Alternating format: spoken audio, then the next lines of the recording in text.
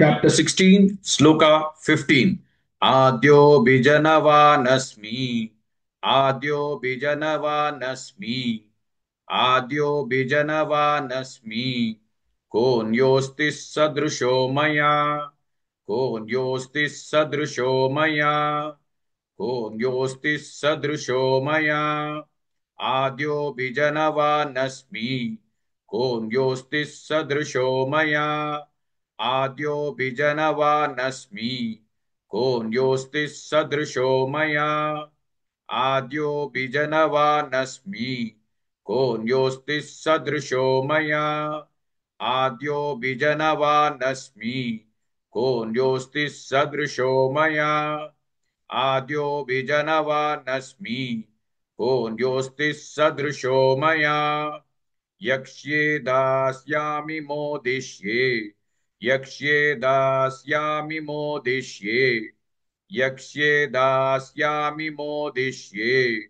Ityajnana vimohitaha. Ityajnana vimohitaha. Ityajnana vimohitaha. Yakshye dasyami modishye. Ityajnana vimohitaha. Yakshye dasyami modishye. Ityajnana vimohitaha. Yakshye dasyami modishye. Ityajnana vimohitaha. Yakshye dasyami modishye. Ityajnana vimohitaha. Yakshye dasyami modishye. Ityajnana vimohitaha. Adyo Bijanavaanasmi.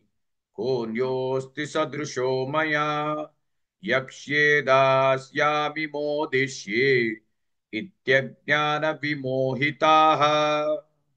Please like and share this video because you could be instrumental in helping someone around the world recite the Srimad Bhagavad Gita, thereby helping them to have a life of unending opulence, victory and prosperity.